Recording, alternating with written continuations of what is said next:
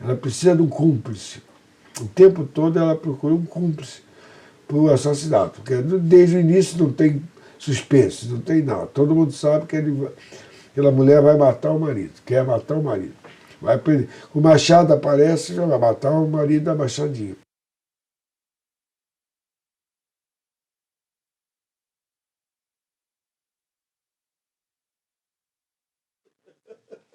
Aqui é mais caro um pouco, aí a gente fica... O problema de som é sempre, o som direto é sempre uma coisa assim.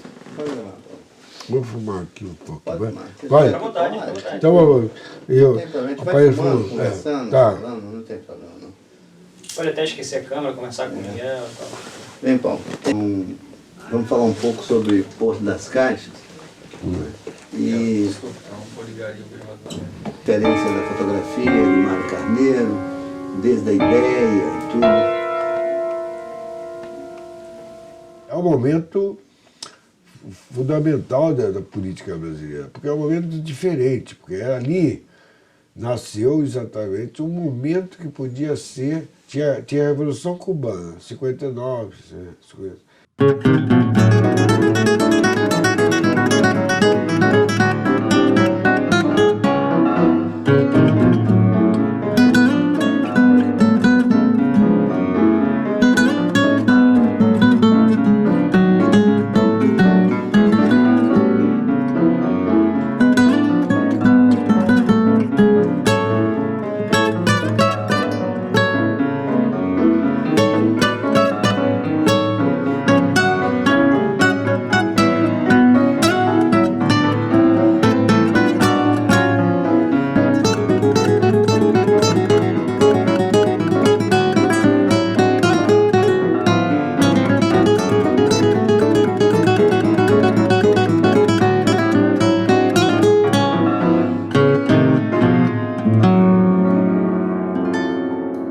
Depois você vê logo em 60, 61, com a renúncia do Jânio, teve o Jango. No tempo do Jango tinha uma possibilidade de haver uma sociedade completamente socialista e sindicalista também. Todos os universitários que se unam em torno dos seus órgãos representativos, obedecendo à palavra de ordem do Comando Geral dos Trabalhadores, do Fórum Sindical de Debates, dos sindicatos, da União Nacional dos Estudantes, das uniões estaduais e dos grêmios estudantis, para que todos, em greve geral, deem a sua solidariedade integral à legalidade que ora representa o presidente João Goulart. O nosso presidente, ao tomar as medidas tão reclamadas por todo o nosso povo, medidas que nos conduzirão indiscutivelmente à nossa emancipação política e econômica definitiva. Realmente... Naquele tempo do Jango, então nós vivíamos aquele momento. Eram as nossas conversas de bar, era de cinema, arte de cinema e a política.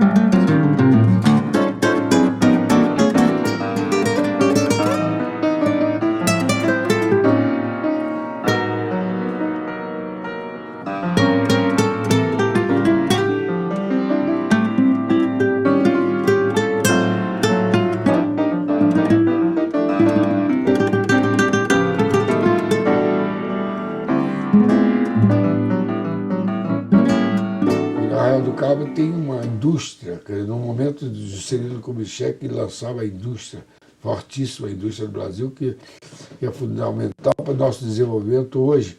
Mas, ao mesmo tempo, é uma coisa que expulsa os pescadores do seu trabalho, da cultura urbana. Então, esse conflito é uma coisa que tem em todos os meus filmes, é uma coisa que faz parte do cinema que eu quero fazer. Então, é um conflito da decadência com esse vento renovador da Revolução.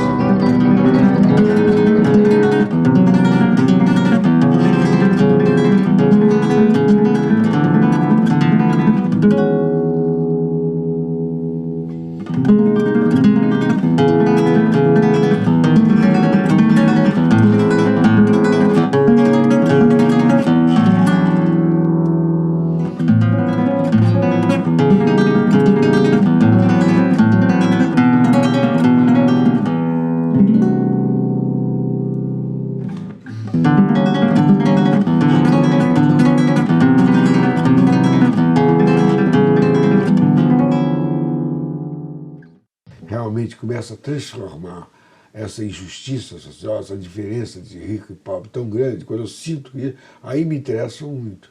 Aí eu acho uma coisa revolucionária, pode ser revolucionário na guerrilha, como a Cuba fez, como a China fez, Mao Tse-tung fez e tal. Pode ser isso, ou pode ser mesmo de forma democrática, porque a democracia é muito melhor. Eu adoro o convívio democrático, não gosto de nenhuma forma autoritária, nenhuma forma, de qualquer forma autoritária eu saio fora, não quero saber. Eu gosto de ser democrático, quer dizer, no bar. Eu adorava ficar conversando com o Lyon, até tarde, com o Glauber, então nem se fala. E a gente só falava de revolução, né? A política lá em cima também, era a pretensão.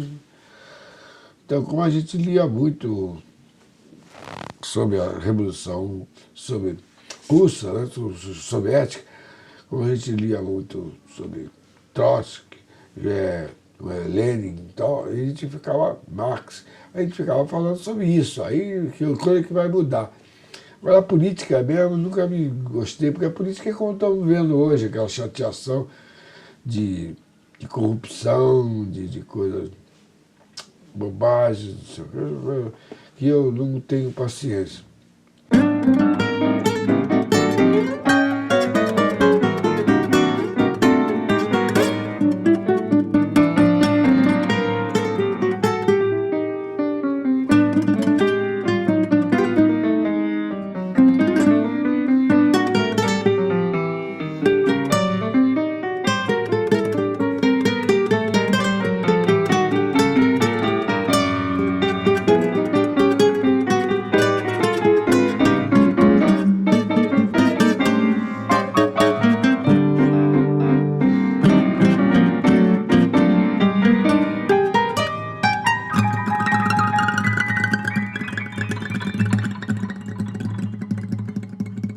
Então, evidentemente, ninguém queria fazer filmes, pelo menos naquele momento inicial, não queria fazer filme que fosse do cotidiano, da realidade do cotidiano do Rio de Janeiro, do São Paulo, do Brasil. Do Brasil eu não queria. Queria falar sobre os problemas sérios, que é preciso transformar essa realidade, exatamente. Como é que a gente ia falar uma realidade que a gente queria transformá-la, queria mudar. Então, o problema era tudo uma pretensão muito grande. A pretensão do 5 Meses de Favela, por exemplo, o Miguel Marcos Faria, Miguel Borges, o Kaká, eles fazem do cotidiano. Mas Lyon, por exemplo, reflete muito a pretensão nossa daquela época. Leonis, com a pedreira, né? São Diogo, ele dá uma coisa toda argestaniana, quer dizer, épica já. E o cinema novo é uma coisa que eu me orgulho muito de ter pertencido, ter sido amigo de Leon Hirschman, de Joaquim Pedro, de Glauber Rocha, de Gustavo Dal. Tem pessoas que realmente fizeram um cinema naquele tempo que o mundo inteiro eu vi. O mundo inteiro, de Pasolini a Rossellini, Yaúch, a Kazan, qualquer grande diretor disse, porra, como é que vocês fazem isso? É um espanto que nós tivemos, que o Glauber foi o que mais viveu com isso, conviveu, porque ele foi exilado, ficou lá mais tempo lá fora, então ele teve uma grande experiência de viver um momento em que ele era considerado o mestre do mestre. O Glauber foi, eu vi, não foi me contado, eu vi o Glauber da Sorbonne, um cara, no momento que um escritor muito bom francês fazia uma tese, lia a tese dele sobre a obra do Glauber, a mesa julgadora da tese era somente Roland Barthes. Três, era Roland Barthes, era Michel Foucault e Christian Metz. Quer dizer, eram três grandes filósofos do momento, e são até hoje grandes filósofos, julgando Glauber Rocha, um cineasta baiano lá, que as pessoas extraordinário. E o Glauber. Aí eu queria fazer um filme que realmente fizesse uma revisão crítica do neorrealismo, do realismo italiano, quer dizer, todo o neorrealismo italiano, que eu adorava. Eu era rosseliniano e era daquele pessoal do brasileiro, quer dizer, do Cine Clube, meus amigos queridos, que muitos já se foram, eram todos assim muito cinéfilos, mas que adoravam mais o cinema mudo, o Eisenstein e tal, e eu também gostava muito, adorava como eles, mas eu tinha paixão por Rossellini, eu fiquei apaixonado, principalmente quando vi Viagem à Itália, eu cheguei a ver durante uma semana 20 vezes, 20 tantas vezes, então era um filme que me marcou demais, até hoje, Viagem à Itália. Tinha Ingrid Bergman, George Sander, um filme Rossellini. Então foi isso, a pretensão era essa.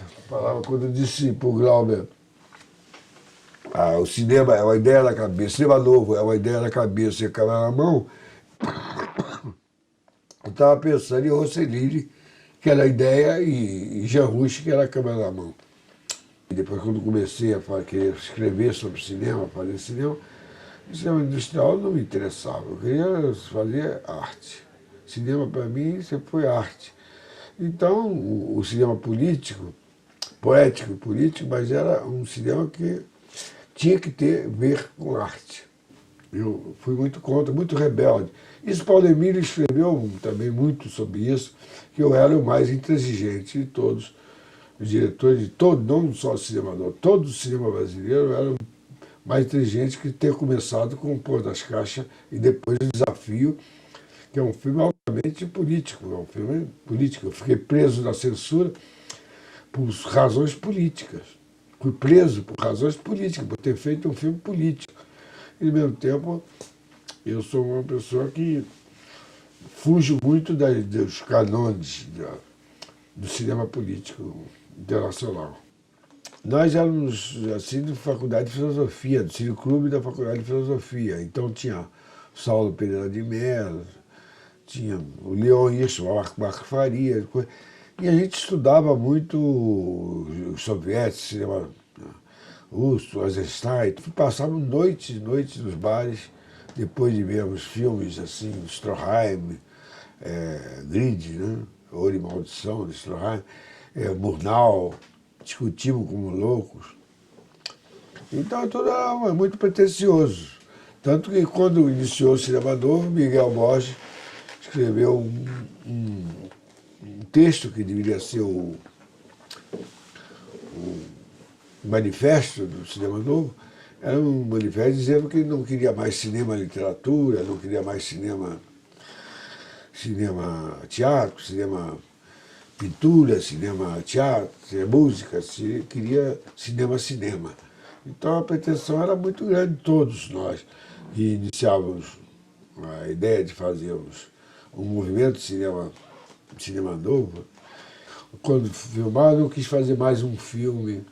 Não vou fazer mais um filme, eu quis fazer realmente sempre um filme inovadores. Por isso que eu vou na frente dos outros. Os outros depois me seguem. E seguem até superam, como o caso de Terra em Trânsito. O Glauber é uma pessoa assim, mas em cima, como ele diz no livro dele, que todos fizeram seguindo o desafio.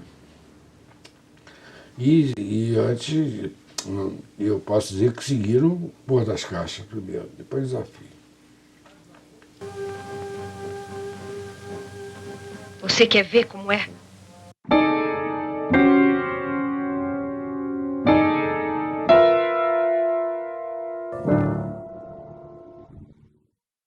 Eu quis fazer um filme com pouco dinheiro mesmo, porque é para mostrar o abandono total, a miséria total que se vivia no Brasil e a necessidade de transformação dessa realidade, dessa injustiça social e tal.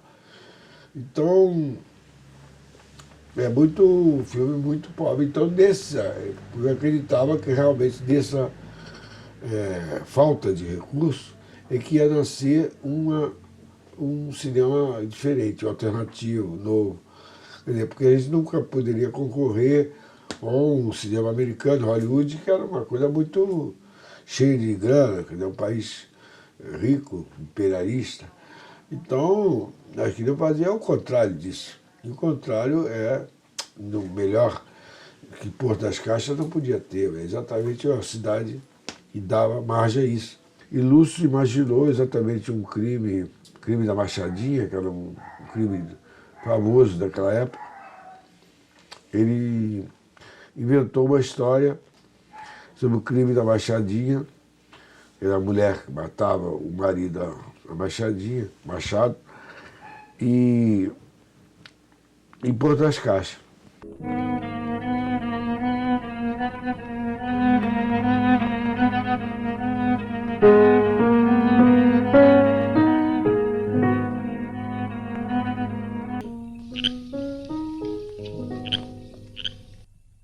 Tem querosene? Não, não tem. Porcaria. Não tem nada nessa casa. Nunca tem dinheiro? Dinheiro. É só o que você diz, não?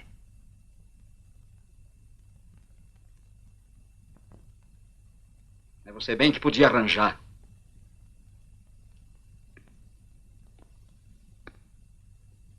Como? O dia inteiro você anda por aí.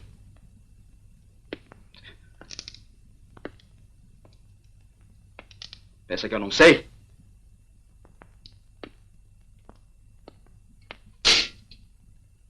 Cachorro. Não vendo sem dinheiro. Mas é só desta vez. Mas eu já não disse. Dizer? Disse. Então. Preciso, Antônio. Preciso. Depois... Depois? Depois nada.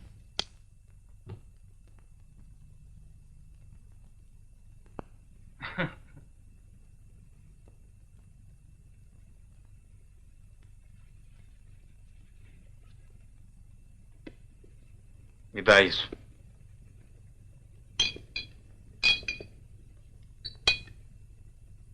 Toma, diabo. Obrigada, Antônio.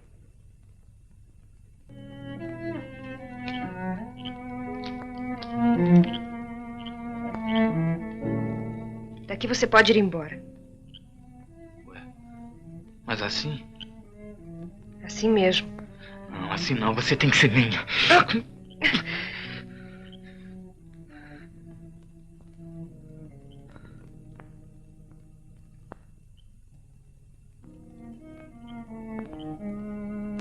Não sou de ninguém. É sim. É minha.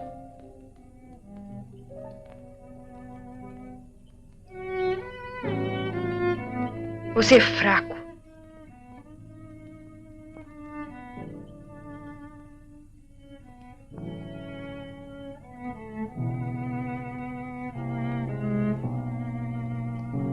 Fraco por quê? Porque é. que é? Por que eu sou fraco?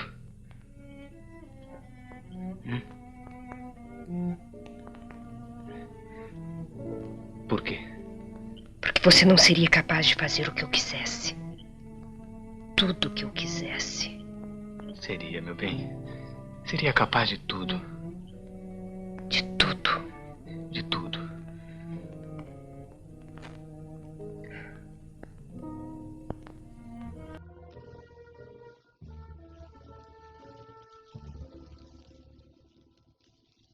Você seria capaz de matar alguém por minha causa? Matar? Sim, matar. Isso não quer dizer que eu tenha vontade de matar alguém. Ah, é só por dizer? Só. Ah, então eu mato.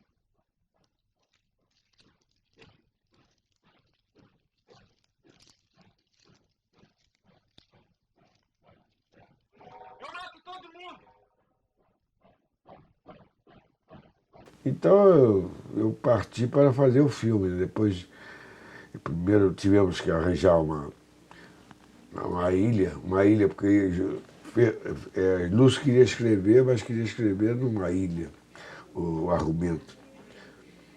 Daí o Ferdi conseguiu uma ilha fluvial do Jaguar, que era do Jaguar, e Lúcio não escreveu. Foi lá, ficamos lá no carnaval, dentro do carnaval, mas ele não escreveu.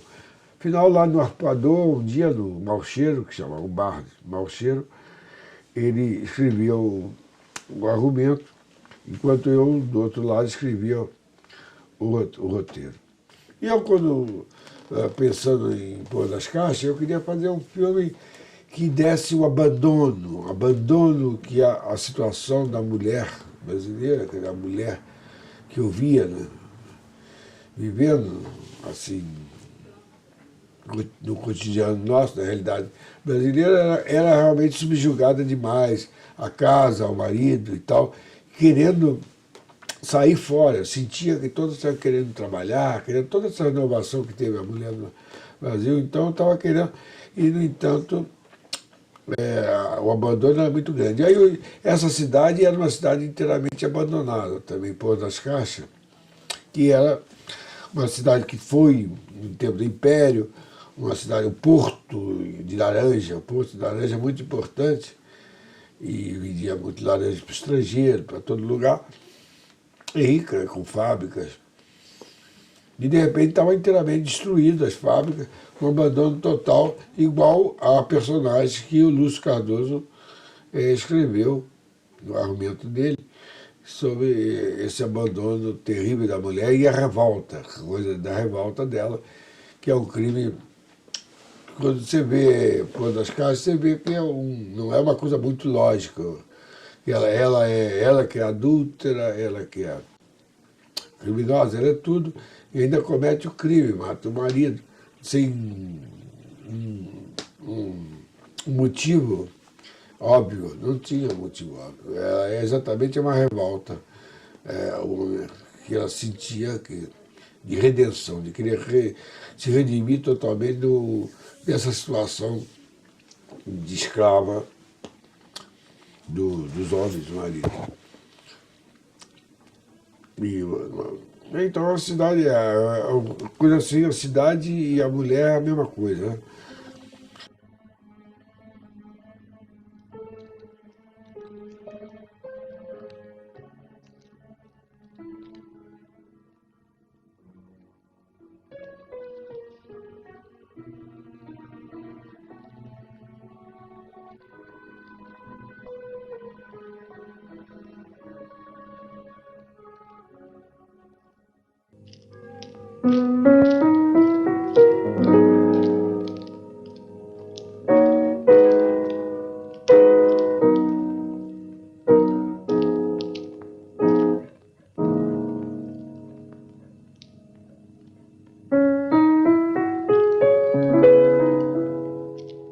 Ao mesmo tempo uma vontade enorme de querer fazer uma coisa nova, criadora, um cinema novo, quer dizer, uma coisa potente, porque é exatamente criadora. Então, é aproveitar os elementos da decadência, Não para fazer a decadência em si, não é uma coisa viscontiana, mas é um negócio de. É um país novo, quer dizer, o Brasil, ninguém conhece, ninguém sabe no mundo. Eu me lembro quando Henri Langlois era um diretor da Cinemateca Francesa, um dos homens que mais conhecia cinema. Eu vi várias conferências de Langlois. Langlois era uma pessoa incrível, realmente, de amor pelo cinema tão grande, de cinefilia tão grande, ao ponto de salvar o cinema, né? Porque a gente conhece o cinema mudo, quer dizer, a história do cinema, graças a ele, porque ele, no tempo da guerra, ele levou tudo para a casa dele, ele tinha um banheiro da casa dele, era todo. Ele imenso, a mulher dele era imensa. Morava num apartamento que não era muito grande, mas tinha só lata do filme, tudo lata de filme, negativo de filme, que ele salvou na casa dele, na casa dos amigos, e salvou para um cinema enorme. E ele viu o Pôr das Caixas em Gênova, em 65, e ele falou, porra, é um filme que a gente assiste o tempo todo com pau duro. Então é uma coisa que está muito potente. Você está falando da decadência, mas com uma potência enorme. Aquela mulher é uma mulher de alta, criminosa e tudo, mas de alta revolução, alta ato. Porque uma revolução começa várias vezes por crime, né? São crimes, são mortes, matam as pessoas.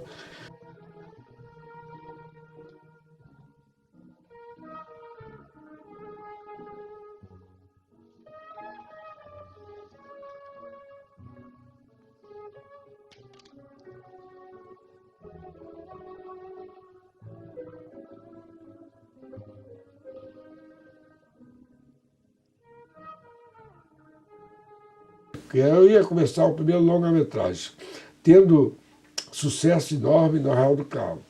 Mas, no Brasil, eu esperei enormemente pessoas para me darem condições de fazer esse filme. E consegui, porque Fernando Campos me apresentou Elísio de uma forma genial. O cara, ele era representante da Ferrândia de filme, da Kodak, representante da Kodak. Então ele tinha um dinheiro, nós fizemos com muito pouco dinheiro, nada. E era uma coisa assim muito... E com os amigos trabalhando, o eletricista do filme, eram dois eletricistas do filme, um, é impressionante, ele era dono de uma loja de eletricidade, ele não era eletricista, ele era dono de loja.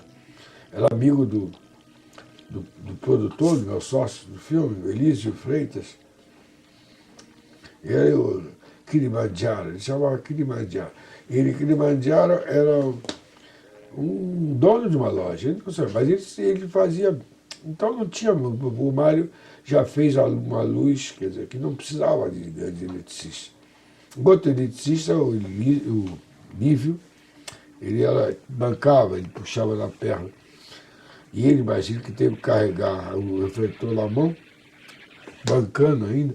Era uma coisa assim de muito de dificuldade, de querer fazer a coisa dentro da dificuldade que ela que tinha.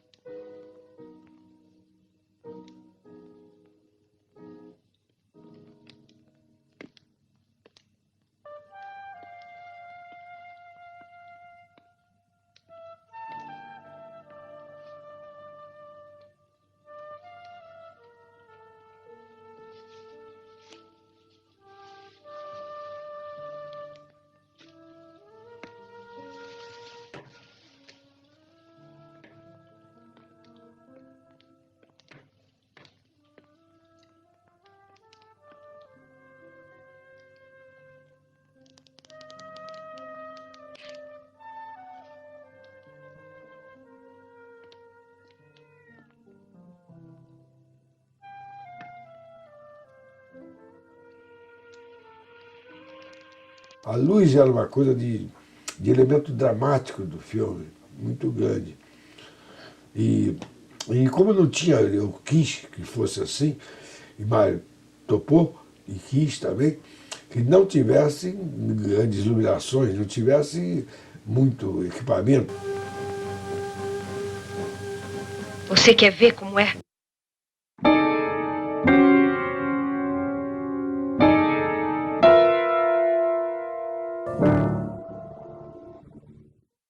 Quem inaugurou foi Pau das Calças. Foi Mário Carneiro. O Mário Carneiro é uma pessoa que ele não é muito técnico na fotografia, ele é um artista mesmo, ele trabalha experimentando, inovando, criando. E a gente, nós temos um prazer, queremos um prazer de se filmar. O prazer de filmar é um prazer de criar, né? Coisa mais, melhor criar, porque se você for só registrando as coisas, é um outro tipo de cinema, quer dizer, pode ser um registro da coisa, mas não é uma criação, né? Nós queremos ser artistas de cinema. Como tinha artista do pincel, que chamava Mário Carneiro, Zé Henrique, pintor, artista do pincel, nós éramos artistas da câmera, assim, de cinema, que não tem cinema sem câmera, que queria fazer um filme que inovasse inteiramente a fotografia, a imagem, não a fotografia só, mas a imagem do cinema, não do cinema brasileiro, porque a pretensão era enorme. Com o Mário Carneiro eu falava do impressionismo, de Cézanne e tal, falava de grandes pintores, Guild e tal, mas completamente luz de criação. O Mário Carneiro, nós partimos exatamente o seguinte, de fazermos uma homenagem, porque o filme é dedicado a Guild. É um filme de gravura, do Mário, que conhece e era gravador, um grande gravador. O Mário tem gravuras de alta qualidade. Uma qualidade que a gravura brasileira tinha. Eu, naquele tempo, namorava a Ana Letícia. A Ana Letícia era uma grande gravadora, e tinha Iberê Camargo, tinha o Guild, tinha Rossini Pérez, tinham grandes gravadores brasileiros, mas eram vários gravadores. Cada dia aparecia um grande gravador brasileiro, Nilton Cavalcante. Então, o problema é o seguinte, iam fazer uma luz de cinema, era cinema, que a gente queria fazer cinema, mas que saía da obra do Guild, que tinha aqueles claros escuros de uma forma dramática impressionante.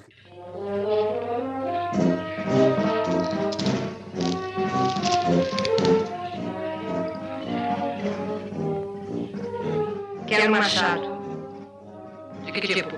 Um que não seja muito caro.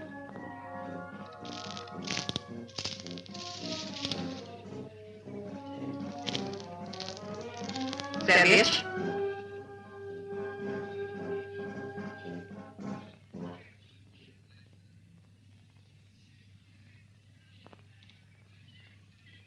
Não serve?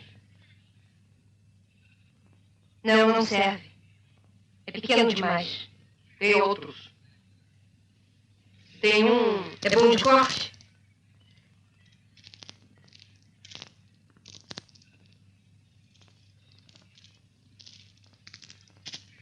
Este?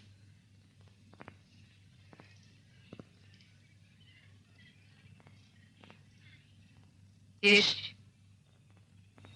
Caldo de cana, limonada.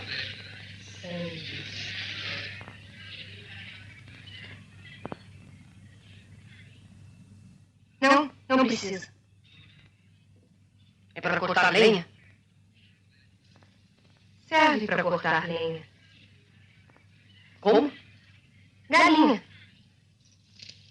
Serve para matar galinha. E, então o Mário, como ele era gravador também, ele era gravador, ela tinha feito curso com Iberê Camargo de gravura, tinha pintor. Então achei que ia ser perfeito, chamei Mário Carneiro. A imagem mesmo, da Mário Carneiro é inteiramente nova, porque aí é uma relação que eu e Mário tivemos em Arraial do Cabo, porque Arraial do Cabo foi o nosso encontro, e fazemos filmes juntos. A gente estava vendo uma câmera 35 pela primeira vez, tanto Mário não tinha usado câmera 35, nem visto. Como eu também não tinha, eu tinha filmado um 16mm, então não conhecia 35. Então é uma câmera, inclusive, que foi a câmera que o Fellini usou, comprada pelo Gerson Tavares, em Roma, ele estava lá estudando em Roma, comprou essa câmera para vir para o Brasil. É uma câmera que o Fellini usou em Bidone, a trapaça. Então era uma coisa já marcada assim. Então nós tínhamos coisa de fazermos uma fotografia que nada parecesse com nenhuma fotografia de cinema no mundo, nunca foi feita, era uma inovação mesmo. Então trabalhamos muito a imagem do filme. Como todos os meus filmes, eu trabalho muito a imagem do filme. Criei uma sequência, o Mário Carneiro permitiu a Mário fazer acho que uma luz ali, a maior luz do cinema brasileiro, é uma coisa realmente estupenda também, acho.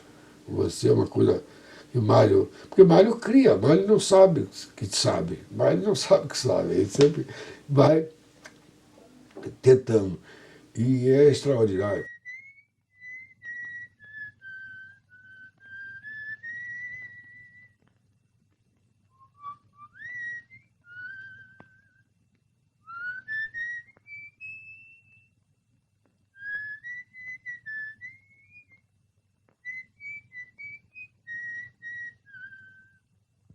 Sério que você subiu? Por quê? Por quê? É só o que você sabe dizer.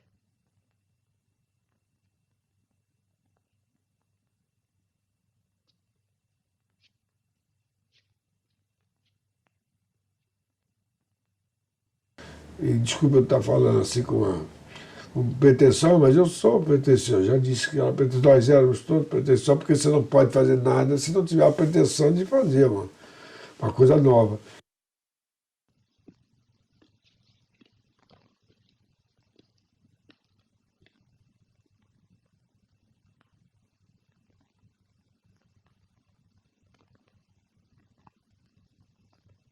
Está no horário. Você ouviu? Ouviu o quê? Eu disse que o trem está no horário.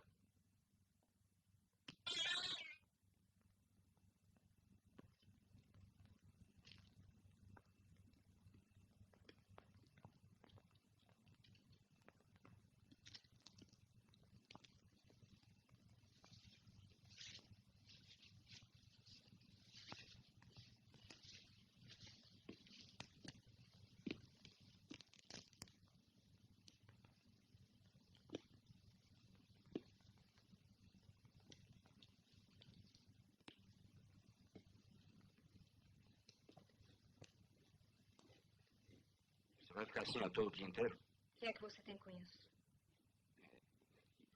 Anda tudo aqui uma porcaria. Sujo, sem nada. Foi sempre assim. Não. Há de ter um jeito para isso. Ontem mesmo nem lenha tinha. Dinheiro?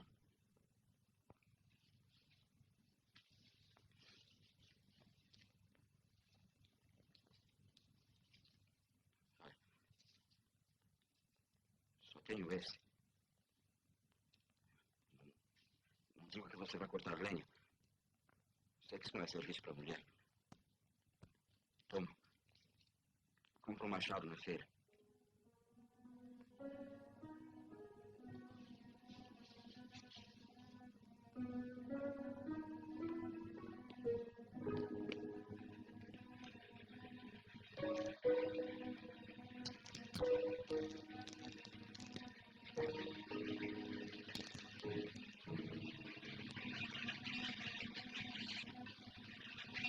Não, eu fiz em cima do nevoeiro.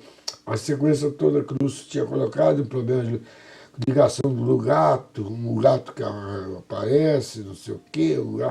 Eu não gostava muito, então eu aproveitei que ela bastava sair do barraco. O barraco, o nevoeiro era ali. E na estação, que é logo também ali, tinha aquele nevoeiro extraordinário e aquelas linhas de trilho. Então, como o parceiro do crime, o cúmplice, não teve coragem de continuar, de matar e depois de continuar, ela vai sozinha. Então tinha um negócio todo de redenção. Então ela sai daquela névoa, entra para o sol que vem. É um final inteiramente otimista mesmo para uma mulher criminosa, sem ser presa, não vai ser presa. Não. Ela vai...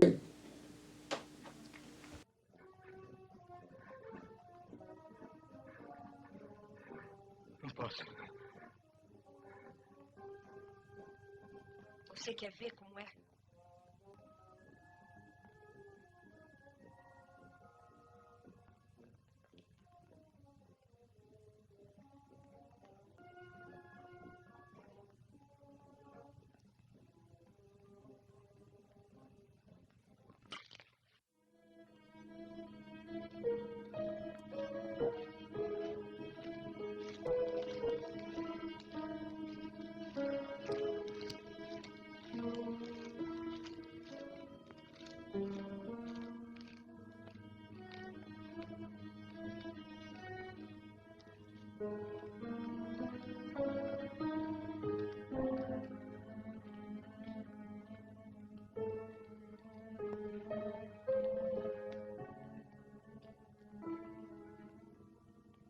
Vamos.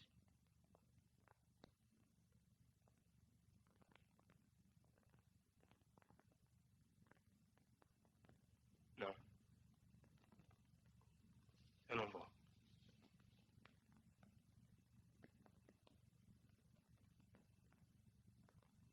Eu vou.